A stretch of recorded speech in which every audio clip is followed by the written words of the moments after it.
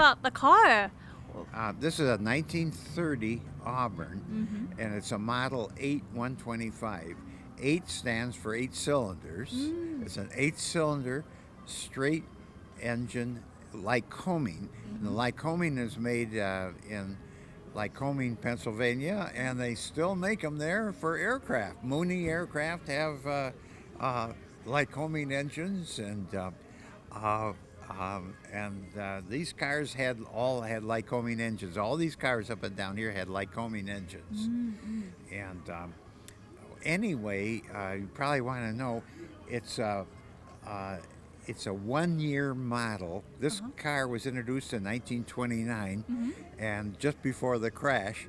So they went to smaller cars, slightly smaller cars, in 31 and later. It's what's called a convertible sedan because it's a 4-door convertible, and the entire top rolls down in the back. It's a very fast car for its time because it's 125 horsepower. That's the other part of the 8-125 that's a serial number for this car. It's a 3-speed manual, and it has hydraulic brakes. It's very fast, and all leather interior. Very nice car. The colors are black and Navajo red. Navajo red. Ask you about the lights on the side. So tell us about that. The original owner lived in Wisconsin near the shore, and this was a gimmick they did back then. Oh. And it's red on one side and green on the other, which is kind of interesting to us today. And I have a little switch under the dash. I can turn them on or off when the car's running. It has a trunk in the back. It's one of the first series of cars that had an integrated trunk in the back. Okay, and it has 6-wire wheels, so it has 2 spare tires, which was important in 1930. Tires then were not as good as they are today. So anyway, it was made 1 year and has suicide doors, which is very interesting to people in this day and age. That they see, they open backwards, which is certainly different. Yeah. So, and then it has shoe cleaners because so very often you were in mud those days, and you scrape your shoes, and that way you got into a cleaner car. Oh, wow. Well, let's talk about this board. So, apparently, you're the 11th owner of this vehicle. I'm the 11th owner, and I lived in Michigan when I bought it. I bought this car in 1969, so I've had it for a long time. It was for sale by a dealer in Wisconsin, and I wanted it bad. So I sold 3 different cars to get this car. I've always been a car collector, you know. Most of us are like that. You get one car, and then here's another one that just wants to be in your garage. And that darn stuff grows until you outgrow your garage. I had 4 cars in a 2-car garage. In order to do the lawn on Saturday, I had to go outside, lift the garage door, and take the lawnmower out from underneath one of the cars and put the handle back on the lawnmower so I could mow the lawn. But it's very important, you know. And you can always tell the car collector, you go down the street and their modern cars are sitting outside, nothing in the garage. Yeah, that's a story. Oh my gosh.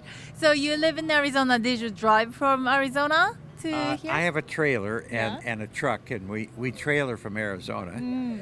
It's pretty hard on these old cars to beat them up like that. And, so it's all rebuilt. It has case tractor pistons, which the piston book said are exactly the same size as the originals were. And of course, modern pistons are lighter and more precisely made. So, but it's interesting that they're case tractors. Yeah. What else can I do for you? Well, is there any story that happened along the way since you owned your car, this car since 1969? Well, the thing that made so many previous owners was that the car was beautiful. Uh-huh. It overheated, Yeah. and they couldn't shift it. So I bought it, and I noticed the same thing.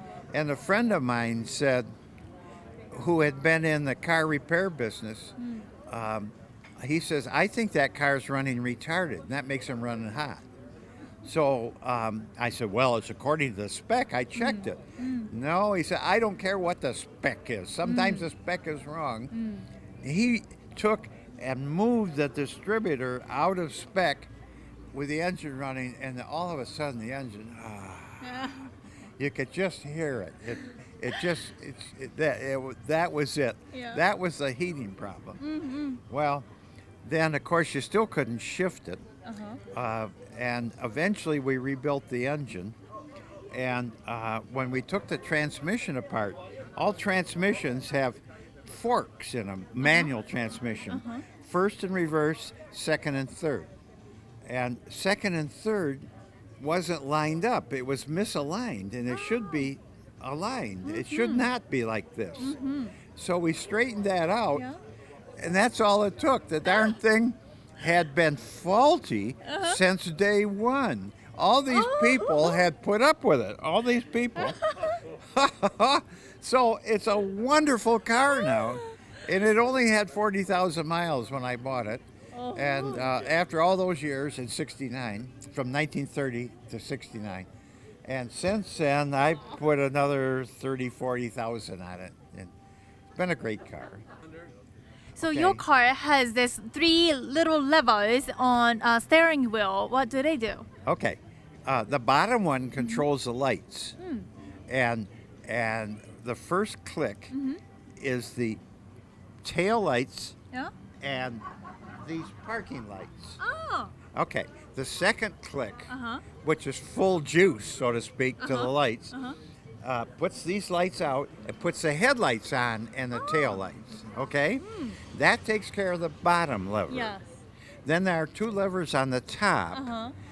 One is for the throttle to make it go faster if you want to. Like when it's cold, you want it to go a little faster so it won't stall. The other one is to advance and retard the spark. And of course it was set up to never have advanced enough, and that was the problem these guys had and these previous owners.